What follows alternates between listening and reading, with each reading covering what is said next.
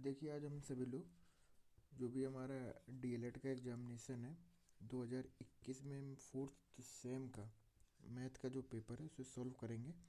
ये 2021 में 3 फेब को हुआ था, ठीक है। तो इस पेपर को आज सॉल्व करते हैं। बाकी आपने 2 पेपर देख लिए हैं, उन्हें नहीं देखा हो तो देख लीजिएगा। चलिए सबसे पहले स्टार्ट करते हैं बहुविकल्पीय से। इसका पहला क्वेश्चन है हमारे पास कि यदि संख्या दी हुई है, कोई संख्या, उसके वर्गमूल में अंकों की संख्या बताना है। तो हमारे पास ये संख्या है, इसके वर्गमूल में वर्गमूल निकालना है, फिर उसमें कितने अंक हैं वो बताना है, ठीक है। तो अगर इसका वर्गमूल निकालना है तो इसके ऐसे ही मौखिक निकाल के देखते हैं। जैसे इसके जोड़े बनाने होते हैं ना, 1 2 और यहाँ पर 3, तो यहाँ कह सकते हैं यहाँ से 2 निकलेगा, यहाँ से 1 1, तो कह सकते हैं कि 4 जोड़े संभव है। लेकिन अगर हमें कन्फर्म नहीं है तो हम क्या करेंगे, इससे आपको वर्गमूल निकाल देंगे। इससे आपको वर्गमूल निकालना भी आ जाएगा और करना भी आ जाएगा, ठीक है। तो करना क्या है कि यहाँ पर 2 2 के जोड़े बना लो पहले, ठीक है। पीछे से बनेंगे हमेशा, ध्यान देना। और यहाँ सिंगल बचा 1। तो अब देखते हैं क्या करना है। यहाँ पर 1 है तो 1 किससे जाएगा, एक बार से जाएगा, ठीक है। तो ये 1 हो गया और यहाँ पर कितना आ जाएगा, 0 हो गया, कुछ नहीं बचेगा। जैसे डिवाइड देते हैं, 80 का 80 नोट कर देंगे। अब यहाँ पर क्या करेंगे, 1 है तो यहाँ पर +1 करेंगे तो ये कितना हो जाएगा, 2 हो जाएगा, ठीक है। अब देखें, अगर यहाँ पर 4 रखते हैं तो 4 चौके 16, 4 दूनी 8, 1 9, तो ज़्यादा हो जाएगा। तो यहाँ पर कितना आएगा, 3 आएगा। तो 3 तियाँ 9, 3 दूनी 6। तो यहाँ से देखा 10 में से 9 गया 1 और 7 में से 6 गया 1। तो अब अगले 2 डिजिट नोट कर लो, कितने हैं हमारे पास, 2 डिजिट, वो हो गए हमारे पास 90 हो गए, ठीक है। तो अगले जो 2 डिजिट हैं हमारे पास वो कितने हैं, 90 हैं। तो यहाँ पर ध्यान देना, जैसे यहाँ पर +1 किया था, जो यूनिट वाला अंक होता है ना उसी को जोड़ते हैं। जैसे अब ये प्लस यहाँ पे 3 से हुआ था तो +3 ही करना होगा। तो ये कितना हो गया हमारे पास, 26, ठीक। हाँ 26 हो गया। अब देखते हैं कितने से जाएगा। अगर यहाँ पर हम 6 रखते हैं, 6 से नहीं जाएगा, 5 से जा सकता है। तो हो जाएगा 5 छक्का 55 25, 5 छक्का 30 और 5 दूनी 10, 30 हो रहा तो ज़्यादा चला जाएगा। तो हमें यहाँ पे 4 रखना होगा ना। तो 4 चौके 16, ठीक है। 4 छः 24, 1 25, 4 दूनी 8 और 1 10। अब ध्यान देना यहाँ पर कितना होगा, +4 होगा, ठीक है। तो ऐसे ही सवाल को करना है। यहाँ पर कितना हो जाएगा, बचेगा 4, यहाँ पर 8 में से 5 गया, बचेगा 3 और 1 का 1 नोट कर देंगे, वहाँ से कितना आ जाएगा, 25 आ जाएगा।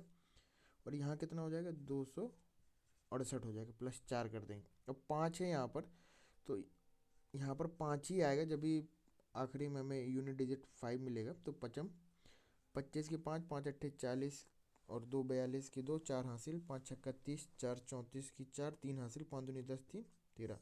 तो आप देख रहे हो जो हमारा वर्गमूल आ रहा है, कितना आ रहा है, 1345। तो इसमें अंकों की संख्या कितनी हो गई, 4। तो ये क्या हो जाएगा, हमारा आंसर हो जाएगा, ठीक है। तो अब अगला सवाल देखते हैं।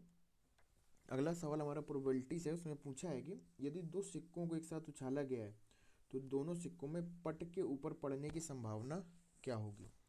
तो ठीक है, अब जो दूसरा सवाल है उसमें क्या पूछा है, पट के बारे में पूछा है। पट क्या होता है, हमारा टेल होता है, ठीक है। और चित्त क्या होता है, चित्त होता है हमारा हेड। वैसे कुछ भी ले लोगे तो आंसर तो सेम आएगा, लेकिन हमें पता होना चाहिए ना। तो देखते हैं हमारे पास कि जैसे 2 सिक्के उछाले गए तो क्या कॉम्बिनेशन बनेंगे। या तो पहले में हेड आएगा या तो दूसरे में भी हेड आएगा, ठीक है। या तो पहले में हेड होगा दूसरे में टेल होगा, या तो पहले में टेल होगा दूसरे में हेड होगा, या तो दोनों में टेल होगा। मतलब दोनों में जो पट आ रहा है हमें ये निकालना। और टोटल आउटकम कितने हो गए हमारे पास, 4। और ये कितना है, केवल 1।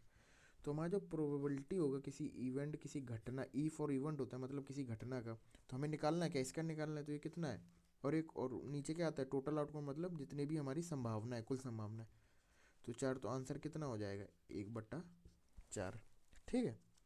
सिंपल है, प्रोबेबिलिटी में करना नहीं होता है, बस हमें आउटकम निकालना होता है, टोटल कितने और क्या पूछा हुआ है, ठीक है। अगर यहीं पर ध्यान दो, अगर दोनों हेड कह देता तो भी 1/4 आता। अगर वो कहता केवल किसी एक में हेड आने के लिए, तो आपके पास कितने थे, एक में 2 3, 3 जगह हेड आ रहा है, तो आंसर कितना हो जाता है 3/4। तो सिंपल ऐसे ध्यान देना करने से के लिए। चलिए अब नेक्स्ट क्वेश्चन देखते हैं। तीसरा क्वेश्चन है हमारे पास। तीसरे क्वेश्चन में दे दिया कि एक लंबवृत्तीय बेलन तथा लंबवृत्तीय शंकु के आधार की त्रिज्या तथा ऊंचाई समान है। जो ऊंचाई और जो त्रिज्या है किसकी, बेलन और शंकु की सेम है। ठीक है, तो बेलन का आयतन तो सबको पता है, पाई आर स्क्वायर एच। ठीक है, इसे V1 ले लो। इसका क्या हो जाएगा 1/3 पाई आर स्क्वायर एच। कोई दिक्कत नहीं। अब इसका क्या पूछा, अनुपात पूछा है, तो बड़े आसानी से निकल आएगा। Pi R square H upon 1/3 pi R square H. Pi R square से पाई आर स्क्वायर चला गया। अब ये क्या होगा, ऊपर चला जाएगा। तो ऊपर होने के बाद क्या ना 3/1 मतलब 3:1 आंसर हमारा हो जाएगा। ठीक है, या ऑप्शन में 3 दिया हुआ है तो को थोड़ा मिस प्रिंट हो सकता है, 3 भी लिख सकते हैं। 3:1 3 ही होगा। ठीक है, अब अगला जो क्वेश्चन है हमारा ट्रिग्नोमेट्री से, सिंपल क्वेश्चन है। देखिए मैं पहले बता रहा हूँ कि टेबल से जो क्वेश्चन आ रहे हैं तो टेबल में बस केवल वैल्यू देखना है और सॉल्व करना है। अगर आप नहीं कर रहे हैं तो आप गलती कर रहे हैं। यहाँ से अगर आपकी किस्मत सही रही, अच्छा पेपर आता है, सिंपल आता है, तो 4 नंबर आपके केवल टेबल से हो जाएंगे। बस टेबल बनाना सीखना है, टेबल को याद करना है और जाके सीधे वैल्यू पुट करना है। साइन 45 की वैल्यू कितनी होती है 1/√2। इसमें कोई ज़्यादा गणित नहीं है कि आपको करना है, बस याद करना है और बनाना सीख लेना है। ठीक है, कैसे बनती है उसके बारे में भी, बनाने का भी तरीका होता है। अगर नहीं हमें याद हो रही लेकिन याद कर लें तो ज़्यादा बेटर है। cos 60 कितना हो जाएगा हमारा, cos 30 √3/2 हो जाएगा। तो अब अगर यहाँ पे वैल्यू रखोगे तो इसका क्या हो जाएगा 1/√2 का होल स्क्वायर, और यहाँ पे cos स्क्वायर 30 है तो √3/2 का होल स्क्वायर। तो यहाँ पर कितना 1/2 प्लस 3/4। इसे अगर बराबर करना हो तो 2 को ऊपर नीचे मल्टीप्लाई कर दो तो नीचे 4 हो गया। ऊपर कितना हो जाएगा 3 2 5। तो जो हमारा आंसर है वो कितना आ जाएगा 5/4 आ जाएगा। ठीक है, एलसीएम लेना या एलसीएम भी ले सकते हो। ये जल्दी करने के तरीके होते हैं कि आपने अंश और हर में हर को समान करके जल्दी से जोड़ दिया, तो इससे क्या होता है कि हमें जोड़ने में आसानी रहती है। अब हमारे पास है कि यदि किसी वर्ग की लंबाई तथा चौड़ाई को 50% बढ़ा दिया जाए तो उसका वर्ग का क्षेत्रफल कितना हो जाएगा। मान लो कि हमारे पास पहले वाले की जो लंबाई है ये क्या हो गई, हमारे पास लंबाई हो गई, और ये जो वाई है ये हमारे पास क्या हो गई, चौड़ाई हो गई। तो जो इसका एरिया होगा, ठीक है, एरिया कितना हो जाएगा XY हो गया। ठीक, अब क्या पूछा है कि बढ़ाने पर ना कितना 50% बढ़ाने पर, क्या करने पर, इंक्रीमेंट करने पर। तो जो जो लंबाई में कितना हुआ 50% इंक्रीमेंट हो गया, मतलब कि आधा और बढ़ गया ना। 50% का मतलब क्या होता है आधा। तो ये देखो आपके कितने हो जाएगी 3x/2। ठीक है, तो ऐसे अगर हम लिखेंगे तो चौड़ाई कितनी हो जाएगी हमारी 3y/2। तो अब इसका इसका एरिया कितना हो जाएगा, इन दोनों का मल्टीप्लाई हो जाएगा तो कितना हो जाएगा 9/4 XY। इसे डेल्टा 2 लिख दो। तो ये देखो XY कितना है हमारा डेल्टा 1 है, तो हम कहेंगे उसका क्षेत्रफल कितने गुना हो जाएगा 9/4 गुना हो जाएगा। तो हमारा आंसर क्या हो जाएगा 9/4 हो जाएगा। ठीक है, अब अगला क्वेश्चन देखते हैं हमारे पास। तो अगला अगला तो सिंपल क्वेश्चन है परमेय संख्या में। ठीक है, तो उसमें क्या पूछा है कि जैसे कि हमारे पास 3/5 है और है संख्या हमारे पास 4/5। इसमें ऑप्शन दे दिए कि कौन सी संख्या बीच में आएगी। तो जैसे कि हो गया 7/10, ठीक है, 29/30, ठीक है, 2/3, और कितना हो गया 16/30। इसमें से कोई एक आंसर होगा। तो सिंपल आप कर सकते हो, या तो जब भी करो तो इनके ऐसे देख लो कि इसका ये हर समान है तो यहाँ पर 2 का ऊपर नीचे मल्टीप्लाई इनको देख लो, ऐसे हो जाएगा। या तो फिर इसे फ्रैक्शन में है डेसिमल में चेंज कर लो, इन्हें डेसिमल में चेंज करो तो ये लंबा पड़ जाता है। तो आप कई तरीके से क्वेश्चन को सबसे पहले एलिमिनेट कर दो कौन सा हटेगा, ठीक, और कौन सा होगा, तो इसे आप करिएगा ना। सिंपल क्वेश्चन है, इसमें करवाने के लिए कुछ है नहीं ना। करना भी क्या है, इसका आंसर कितना हो जाएगा अगर पहला वाला देखते हैं ऑप्शन से, जैसे 10 कर दिया हमने तो यहाँ पर आ जाएगा 6/10 और यहाँ पर कितना हो जाएगा 8/10। तो ठीक है 6/10 और 8/10 उसके बीच में कितना आ रहा है 60/10, तो आंसर क्या हो जाएगा हमारा यही हो जाएगा, है ना। तो इतना हार्ड भी नहीं देंगे आपको, बस प्रैक्टिस करना है। अब देखते हैं कि अब हमारे पास अति लघु लघु उत्तरीय प्रश्न है। हमारे पास दिया है x³ माइनस 1/x³ की वैल्यू फाइंड करना है यदि हमारे पास x माइनस 1/x का मान दिया है 3/2। तो सभी को पता है कि a माइनस बी का होल क्यूब क्या होता है, a³ minus b³ minus 3ab a minus B. ठीक है, तो हम इसे बड़ी आसानी से कर लेंगे ना। और एक फॉर्मूला और होता है तो उससे तो शायद ये नहीं होगा, वो लंबा पड़ जाएगा हमें a³ माइनस b³ करने के लिए, कि a minus B a² plus A B plus b²। लेकिन ये क्या होगा, हमें लंबा पड़ जाएगा ना, इसमें फिर हमें काफ़ी चीज़ें निकालनी पड़ेगी, तो हम इतना लंबा नहीं जाएंगे। तो हम देखते हैं अब क्या हो जाएगा हमारे पास, इसकी जगह जैसे x माइनस 1/x का होल स्क्वायर हो गया। ठीक है, x³ minus 1/x³ minus 3x into 1/x, x minus 1/x। ठीक है, और ये यहाँ पर क्यूब है, स्क्वायर लगा दिया ने। तो इसमें देखो यहाँ पर कितना हो जाएगा 3/2 का whole cube, x³ minus 1/x³, यहाँ से यहाँ ये कैंसिल हो गया, -3 और ये बाहर में 3/2, इसकी वैल्यू यहाँ पर रख देंगे। ठीक है, तो अब देख लेते हैं हमारे पास कितना आ जाएगा, इसे ऊपर वाले को साफ कर लेते हैं। ठीक है, तो यहाँ पे हो जाएगा 3 3 9 9 3 27/8। ठीक है, और ये हो गया x³ माइनस 1/x³, यहाँ पर कितना हो जाएगा 9/2। ठीक है, माइनस का है तो ये क्या होगा, अगर अब इसकी वैल्यू फाइंड करनी होगी 1/x³ तो 27/8 माइनस 9/2। तो ऊपर नीचे क्या करो, 4 का गुणा कर दो, ये प्लस हो जाएगा, उधर जाएगा ना तो प्लस हो जाएगा, तो ये सेम हो गया। और ये कितना होगा 36 हो गया। तो अब इसे जोड़ दो, 7 7 14 6 15 की 5। ठीक है, 7 6 13 सॉरी, और 3 2 5 1 6/63/8 हमारा आंसर हो जाएगा। ठीक है, तो इसे आप देख लेना कैलकुलेशन में, अगर कहीं गड़बड़ होता है तो कर लेना।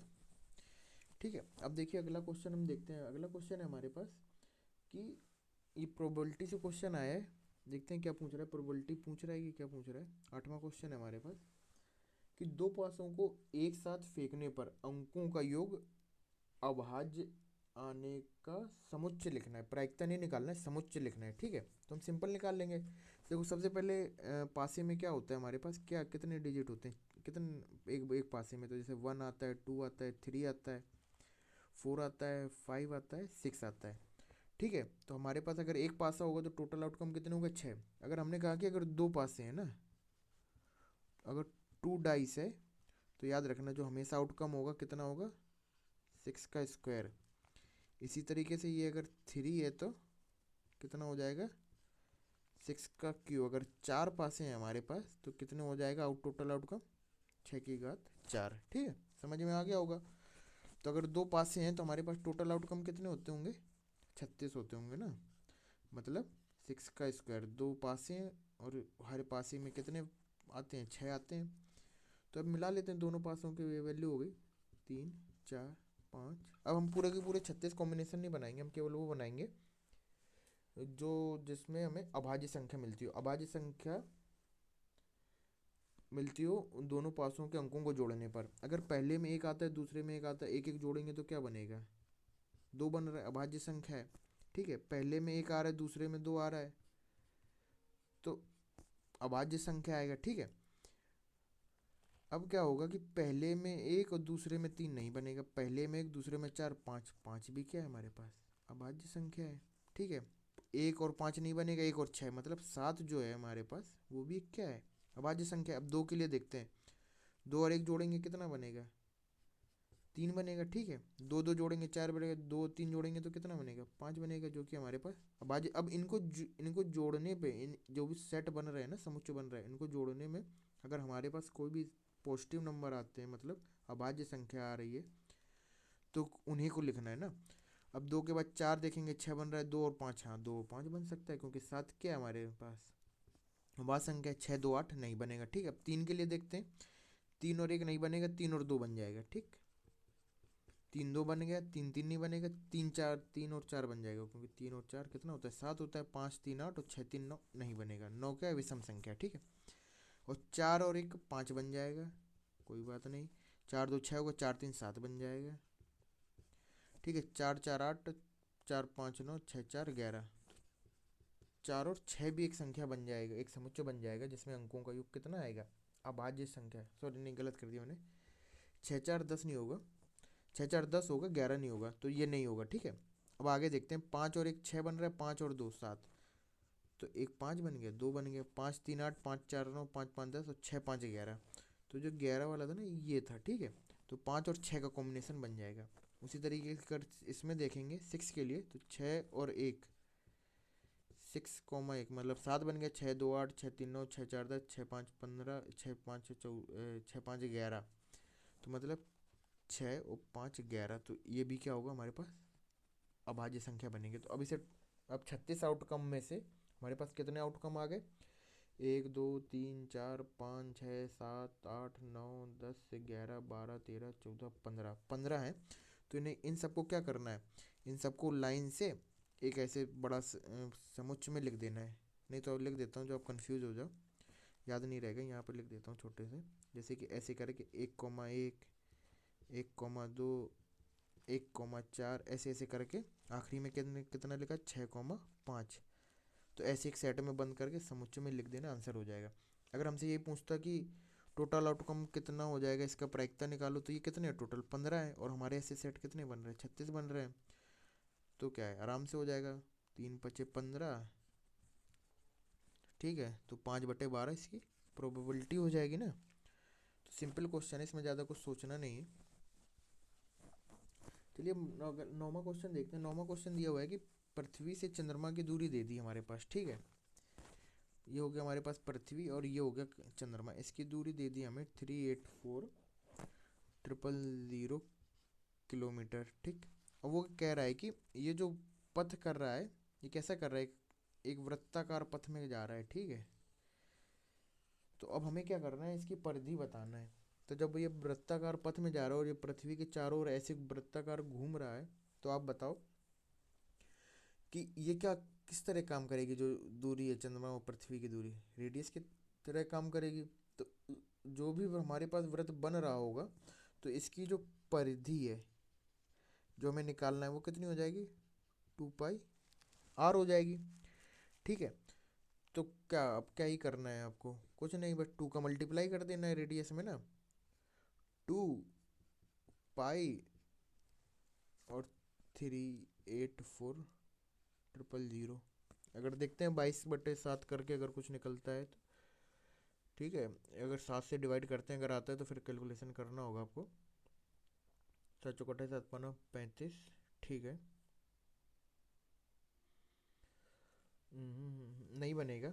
तो क्या होगा कि आपको केवल यहाँ पर 2 का मल्टीप्लाई करके भी किलोमीटर लिख दोगे, तो हमारा आंसर आ जाएगा। इसे कैलकुलेट कर लेना, या तो मैं कर देता हूँ, 1 2 3 2 चौके 8, 2 8 16, 2 3 6 1 7 पाई किलोमीटर, ठीक है।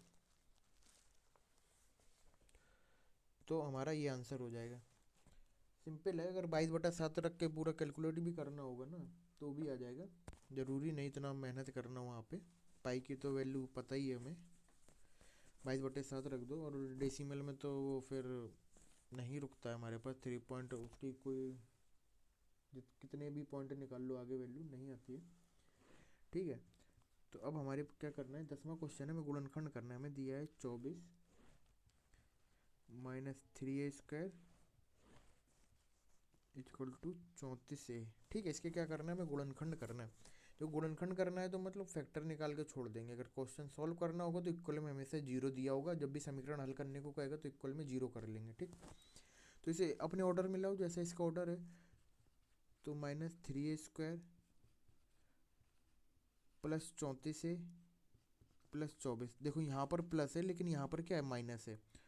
तो मैंने हमेशा बताया कि जब भी यहाँ पर प्लस होगा तो दोनों जो इसके जो भी फैक्टर करेंगे हम, दोनों के साइन कैसे होंगे, या तो पॉजिटिव होंगे या तो नेगेटिव होंगे। ठीक है, तो हम देख रहे हैं कि यहाँ पर जब भी करते हैं, लेकिन यहाँ पर हमेशा क्या होता था, यहाँ पर हमेशा पॉजिटिव होता था और यहाँ पर हमेशा 1 होता था। लेकिन जब आज हम इसका पूरा सॉल्व करेंगे तो क्या करेंगे, जो आगे वाली संख्या होती है 24×3 = 72। ठीक है, हाँ, तो इसका जो फैक्टर हो गया 72 हो गया ना, और माइनस लगा हुआ है तो क्या होगा हमारे पास कि एक माइनस का होगा एक प्लस का होगा। ठीक है, तो वो हमें अपने हिसाब से देखना है क्या करना है, कौन सा साइन बड़ा होगा। देखो यहाँ पर प्लस आ रहा है तो प्लस वाला साइन बड़ा होगा। कोई भी फैक्टर करेंगे जो भी बड़ा अंक होगा उसे प्लस रखना है, दूसरे वाले को माइनस रखना है। ठीक है, तो इसके फैक्टर ऐसे करो कि 34 आ जाए ना, हाँ, घटाने पे। ठीक है, तो कैसे होगा ये कैसे होगा हमारे पास, 24×3 = 72, तो 36×2 = 72, 36 में 2 गए तो 34 बचा।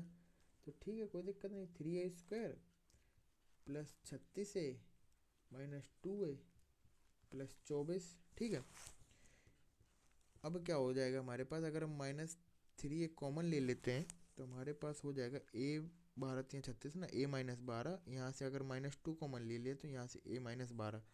तो जो भी हमारे फैक्टर होंगे ना, कितने हो जाएंगे, a-12। अब यहाँ पे कितना, -3a और -2। तो ये क्या हो जाएगा हमारे पास, आंसर हो जाएगा ना। अब अगला क्वेश्चन देखते हैं हमारे पास। अगला क्वेश्चन हमें वर्गमूल निकालना है, बड़ा ही सिंपल क्वेश्चन है। ठीक है, तो वर्गमूल तो सबको पता है, थोड़ा सा जो जल्दबाजी में रहेगा वही गलत करेगा, जैसे आइडिया नहीं होगा कैसे करना है क्वेश्चनों को, या जो कैलकुलेशन में थोड़ा वीक होगा तो उसे दिक्कत हो सकती है। तो इसीलिए प्रैक्टिस करिए, और प्रैक्टिस करेंगे तो काफ़ी चीज़ें आसान लगेंगी, इतना डरने की कोई ज़रूरत नहीं है इसमें। 3, 4, 5 और ये 4। ठीक है, इतने जीरो दे रखे हैं इन्होंने, तो इसका तो सबको पता है, इसका कितना आ जाएगा, 20 आ जाएगा। तो इसका कैसे नहीं पता आप लोगों को, जैसे कि 0.2 इंटू 0.2 करोगे तो 4 आएगा, और 2 अंक के बाद जीरो लगाना है, तो सबको पता है इसका कितना निकल के आएगा, 0.2। ठीक है, अब इसका कितना होगा, 1 2 3 4 5 6, 6 अंकों के बाद लग रहा है, और ये 4 है ना, तो कितना होगा, 3 के बाद लगा दो, 1 2 और ये 3। अब इसे इसे और इसे ऐड कर दो तो आंसर कितना आ जाएगा, 20.202। तो ये क्या हो गया हमारे पास, आंसर हो गया। ठीक है, तो ये सिंपल क्वेश्चन है, बस जिन्हें कैलकुलेशन में दिक्कत होती है उनसे उन्हें बस प्रैक्टिस करना है, उन्हें भी बड़े आराम से आ जाएगा। इसे देखना नहीं है कि क्या लिखा हुआ है, और इतना भी नहीं करना है कि बटे में दशमलव ले जाकर अपना टाइम बर्बाद करो, आराम प्रैक्टिस करो, अभी समय है। अब हमें क्या दिया हुआ है कि 12वां क्वेश्चन है हमारे पास, कि 10 मैचों में प्राप्त अंकों का डिटेल दे दिए कि हमें अंक कितने प्राप्त हुए। ठीक है, तो हमें हो गया 10 12 8 9 11 18 13 15 19 22। ठीक, तो देखो क्या होगा, ये दिए हुए हैं हमारे पास 10 मैचों के आने वाले रिजल्ट। ठीक है, 1 2 3 4 5 6 7 8 9 10। ठीक, तो अब इन्हें क्या करना होगा, हमें सबसे पहले एक ऑर्डर में सेट कर लेना होगा। ऑर्डर कैसा होगा हमारा, हमेशा आरोही क्रम में सेट करना है। ठीक है, कैसा सेट करना है, आरोही क्रम में ना, छोटे से बड़े की ओर में। तो सबसे पहले छोटा देख लो कौन सा है हमारे पास, 8 है, 9 भी दिख रहा है, 10 भी दिख रहा है, 11 भी दिख रहा है, 12 भी दिख रहा है, 13 दिख रहा है, 14 नहीं दिख रहा है कहीं, 15 दिख रहा है, 16 नहीं दिख रहा है, 17 नहीं दिख रहा है, 18 दिख रहा है, 19 दिख रहा है, 22 दिख रहा है। गिन लो, काउंट कर लो, 1 2 3 4 5 6 7 8 9 10। अब ये पता है हमें कि टोटल कितने, n बराबर कितना हो गया, 10। तो जो कि क्या है, सम है। तो सम के लिए जो हमारी माध्यिका निकालना है इस वाले क्वेश्चन में, तो हमारे पास सम के लिए फॉर्मूला क्या है,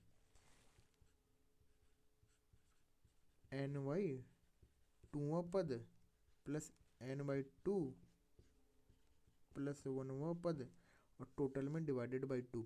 एन की वैल्यू कितनी है? 10। 10 मतलब पाँचवा पद। तो पाँचवा पद देख लो कितना, 1 2 3 4 5, पाँचवा पद हो गया 12। और n+2 मतलब 5 और +1 मतलब छठवां पद। तो 1 2 3 4 5 6, तो 12 + 13 डिवाइडेड बाई 2। तो 3 2 5 हो गया, और ये 25। 25 में से अगर डिवाइड करेंगे तो कितना आ जाएगा? 12.5 आंसर हमारा आ जाएगा। ये क्या हो जाएगी? हमारी माध्यिका हो जाएगी।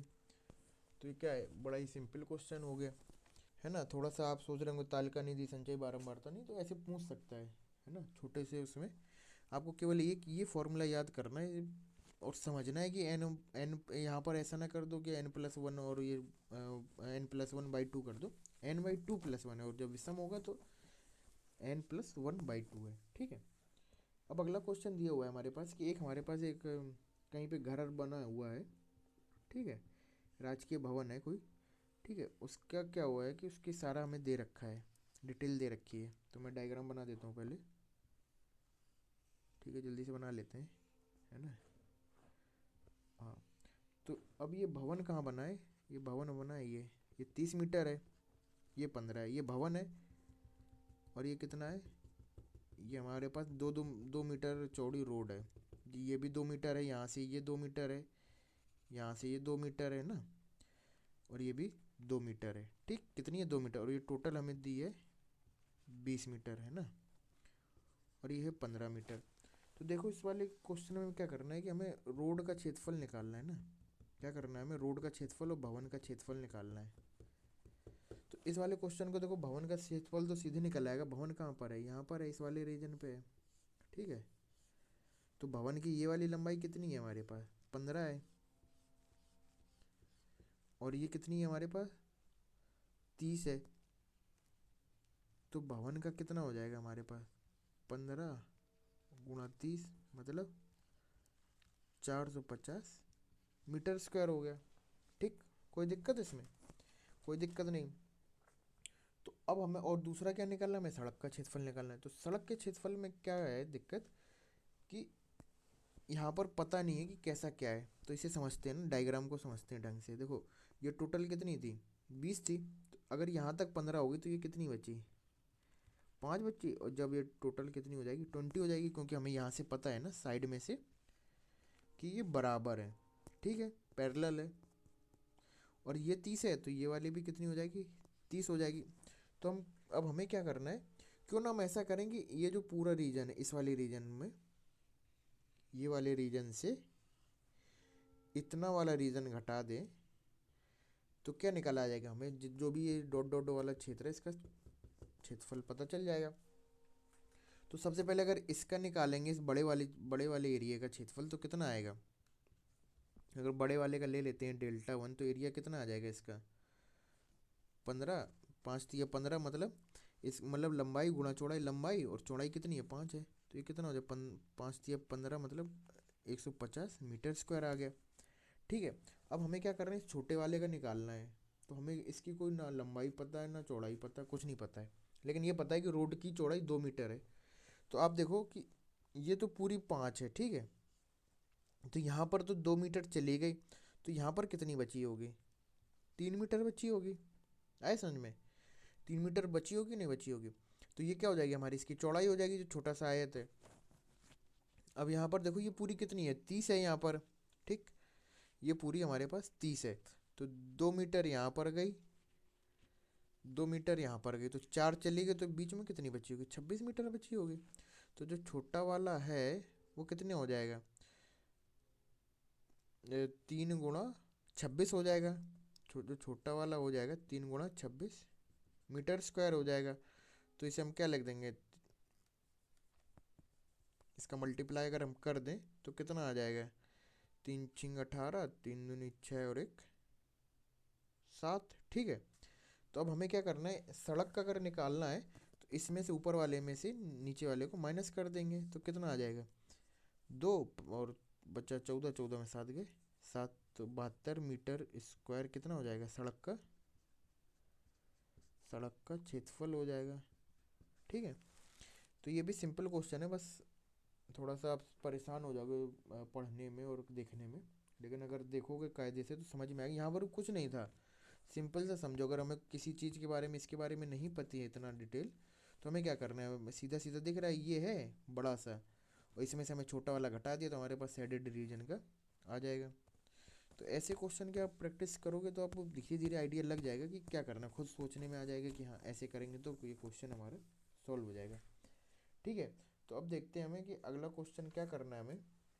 तो अगला जो क्वेश्चन है हमारे पास वो दिया है कि एक आयताकार बाग की लंबाई और चौड़ाई का अनुपात दिया है। ठीक है, तो जो लंबाई और चौड़ाई का अनुपात है वो कितना है हमारे पास, 3:2 है। तो ठीक है, लंबाई कितनी हो जाएगी हमारे पास 3x, और जो चौड़ाई हो जाएगी वो कितनी हो जाएगी 2x, और उसका क्षेत्रफल 600 वर्ग मीटर है। तो लंबाई और चौड़ाई ज्ञात करना है, कोई नहीं, हमें पता है किसी आयत का क्षेत्रफल कितना होता है। आयताकार बाग है तो क्षेत्रफल कितना होगा, लंबाई गुणा चौड़ाई।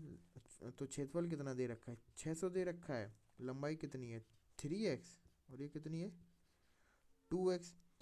तो ये कितना हो जाएगा, 3 दूनी 6 हो जाएगा, 6 में से जाएगा तो ये कितना हो जाएगा 100 हो जाएगा। और यहाँ पर कितना हो जाएगा x, तो x की वैल्यू कितनी आ जाएगी 10 मीटर आ जाएगी। तो हमारी लंबाई कितनी है 10 गुणा x की वैल्यू रख दो यहाँ पर, तो 10×3 = 30 मीटर, और चौड़ाई कितनी हो जाएगी हमारा 20 मीटर। तो ये क्या हो जाएंगे हमारे लंबाई और चौड़ाई के आंसर हो जाएंगे। ठीक है, तो अब देखते हैं कि अगला जो क्वेश्चन करना है हमें। अगला क्वेश्चन समांतर चतुर्भुज का है। कि बड़ा क्वेश्चन लग रहा है देखने में, लेकिन होगा नहीं। देखो समझ लेते हैं क्या करना है इसमें। दो क्वेश्चन दिए हैं सब फॉर्म करके, तो हमें एक समांतर चतुर्भुज दे दिया। ठीक है, ठीक, उसके क्या पॉइंट कर दी A B C और D। ठीक, एक लंब ये डाल दिया, तो कोई दिक्कत वाली बात नहीं। तो इस पॉइंट को क्या दे दिया F, ये क्या है लंब है। ठीक है, और दूसरा लंब डाल दिए यहाँ से यहाँ पर।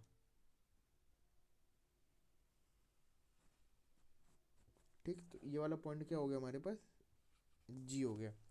तो देखो समांतर चतुर्भुज का क्या है कि जो उसका क्षेत्रफल होता है, तो इसका जो क्षेत्रफल होगा वो क्या होगा, आधार गुणा ऊंचाई। समझना बात को, क्षेत्रफल क्या होगा आधार गुणा ऊंचाई होगा। तो अब ये देखो आप कि ये जो ऊंचाई दी है, अगर हम इसका निकालेंगे इस वाले समांतर चतुर्भुज में, अगर हम आधार क्या मानते हैं ए बी मानते हैं, तो ऊंचाई हमारी कितनी हो जाएगी सी एफ हो जाएगी। मतलब जो ऊंचाई है इसकी, तो ये कितनी बता रहा है यहाँ पे सी एफ बता रहा है। तो आधार गुणा ऊंचाई ये हो गया। और अगर हम बेस मान लो चेंज कर दिए, मान लो ये कहाँ पर लंब पता चल रहा है कि एक लंब यहाँ पर पता चल रहा है, तो अगर आधार ये लेते हैं तो इसके लिए लंब कौन सा हो जाएगा ये।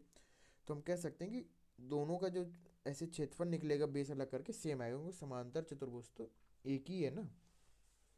तो देखते हैं कि हमारा पहला क्वेश्चन क्या कहता है, सी का सब पार्ट है। किसमें दिया है कि ए बी बराबर 16 दे दिया। ठीक है, लिख देता हूँ, ए बी बराबर दे दिया 16।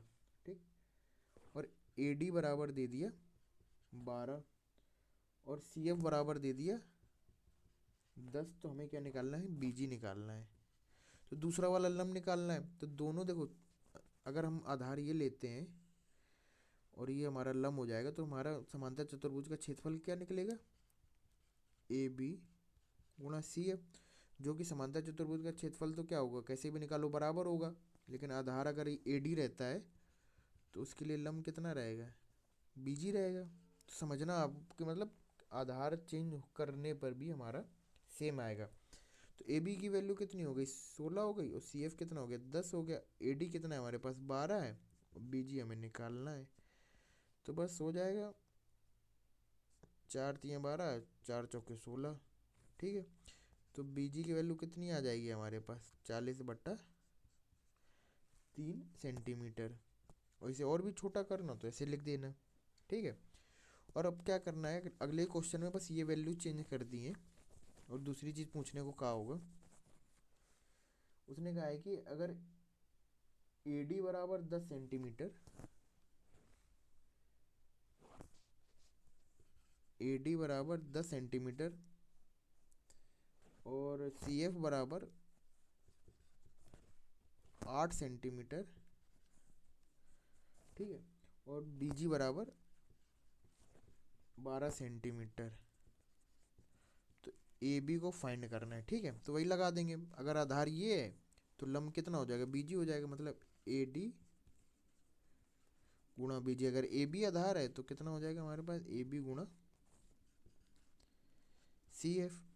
तो ये कितना है 10 और बी जी कितना है हमारे पास 12, और ये कितना है, ये तो ए बी है, और ये कितना है 8 है। तो 4 दूनी 8, 4 तियाँ 12, 2 पंचे 10, मतलब ए बी कितना हो जाएगा हमारे पास 15 सेंटीमीटर, जो कि क्या हो जाएगा हमारा आंसर हो जाएगा ना, ठीक है। तो अगला क्वेश्चन देखते हैं हमारे पास 17वां क्वेश्चन क्या है। 17वां क्वेश्चन तो बड़ा सिंपल है, त्रिकोणमिति से है, त्रिगुणों से, ठीक है। तो यहाँ पर देखते हैं ये कितना हो गया हमारे पास, tan 90 बराबर tan 30 प्लस tan 60, और यहाँ पर हो गया 1 माइनस tan 30 और tan 60। ये तो सिंपल, अगर किसी ने tan a प्लस बी का फॉर्मूला याद होगा तो पता होगा कि ये ऐसे ही खुलता है जाके, ठीक है, मतलब tan a tan b 1 minus tan a tan b, ठीक। तो ये देख तो ऐसे हो जाएगा, नहीं होता है तो हम सॉल्व कर लेते हैं। तो tan 90 की वैल्यू याद है किसी को क्या होती है, tan 0 की 0 होती है, tan 90 की हो जाती है हमारे पास अनंत हो जाती है, ठीक। अब ये देखना है कि यहाँ पर आता है अनंत कि नहीं आता है। तो tan 30 की वैल्यू कितनी हो जाएगी 1/√3, ठीक है, और tan 60 की वैल्यू कितनी हो जाएगी √3 हो जाएगी, और नीचे क्या हो जाएगा 1 माइनस, यही लिख दो 1/√3 और √3। तो ये कैंसिल हो गया, तो ये 1 हो गया, और 1 में से 1 गया कितना हो गया, नीचे हो गया 0। अब ऊपर हमारा कुछ भी बना रहा है तो आंसर क्या होगा, अगर कभी भी नीचे 0 आ रहा है तो आंसर हमारा कितना रहेगा, इन्फिनिटी रहेगा। तो हम कह सकते हैं लेफ्ट हैंड साइड बराबर राइट हैंड साइड। तो ये हमारा प्रूफ हो जाएगा, ठीक है। तो अगला क्वेश्चन आखिरी क्वेश्चन है हमारा, देखते हैं आज का आखिरी क्वेश्चन। 1000 बार फेंकने का परिणाम, एक पासे को 1000 बार फेंका है, ठीक है। तो उसमें जो 1 2 3 4 5, हाँ बारंबारता दी है, सिंपल होगा फिर। तो बारंबारता जैसे हमारे पास जो भी डिजिट होगा 1 2 3 4 5 6, तो इनकी क्या दी हुई है हमारे पास, बारंबारता दे दी है ना, इनकी क्या दे दी हमें, बारंबारता दे दी है। तो देखते हैं कि बारंबारता में क्या पूछता है वो, ठीक है।